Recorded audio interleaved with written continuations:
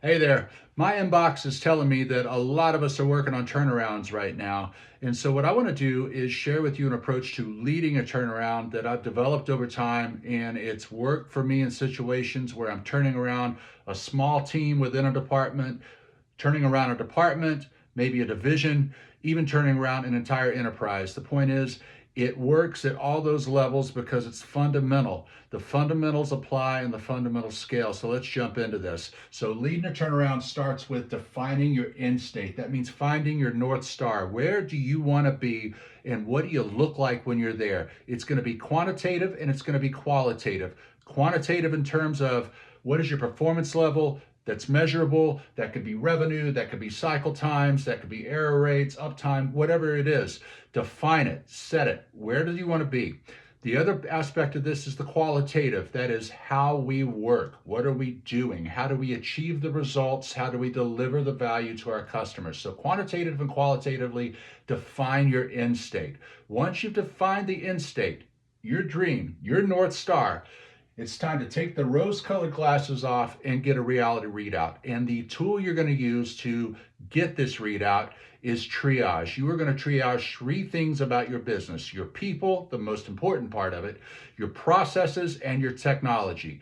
Where are these things right now? And I'll probably later on dive in a little more detail for you on what it looks like to triage each aspect of this, each of those three lenses, your people, process, and technology, because it's worth breaking out. But you're going to get a readout is the point. You're going to see where you are.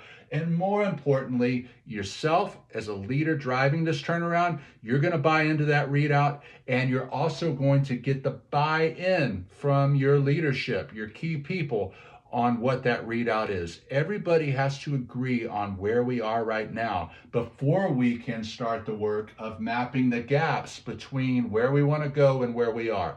Mapping the gaps is super important once you have the reality readout bought in on, because it sets the course for how you get there, how you move your people to higher states of belief and capability, how you tighten up and modernize your processes and your technology to enable those people. So setting the course. Note, a really good tool at moving across that course is implementing OKRs. OKRs done well, meaning that you understand how they're used, you're trained on how to use them, which isn't hard to get up to speed on that. But the point is, done well, OKRs can deliver that, and they are a flexible tool that you can use to iterate as you go through clearing gates on the course that you set. So you've mapped the gaps, you've set the course, started something like OKRs. Once that's in place, you are going to start to have slightly more predictable operations. You are going to start to establish some rhythm. You are going to stabilize. You are going to be reliably getting stuff done. Now, you are going to hit turbulence here. You're going to hit chop, and that is expected. This is where a lot of people let it fall apart. Don't be that person. You got to double down in your commitment to leading this turnaround at this phase, because once you hit some resistance, it's not as fun as it was in the earlier state. This is where the rubber's meeting the road.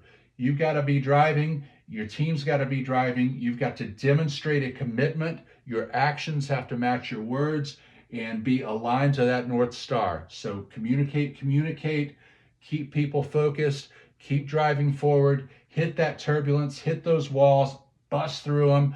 Eventually, you will start to build momentum. Momentum is attained and you are starting to turn around once that chop, that turbulence is smoothed out. And even when it pops up time and time again, your organization knows how to handle it and adapts very easily and re-steadies itself. So once you feel this, and this is a quality state right here, the momentum building, stabilization achieved. This is something you, as the person driving this turnaround, and all your key people and all of your people are going to sense that you are there. You have hit a higher level. And with that higher level, it is time to increase the rhythm and increase the expectations and accountability in your team.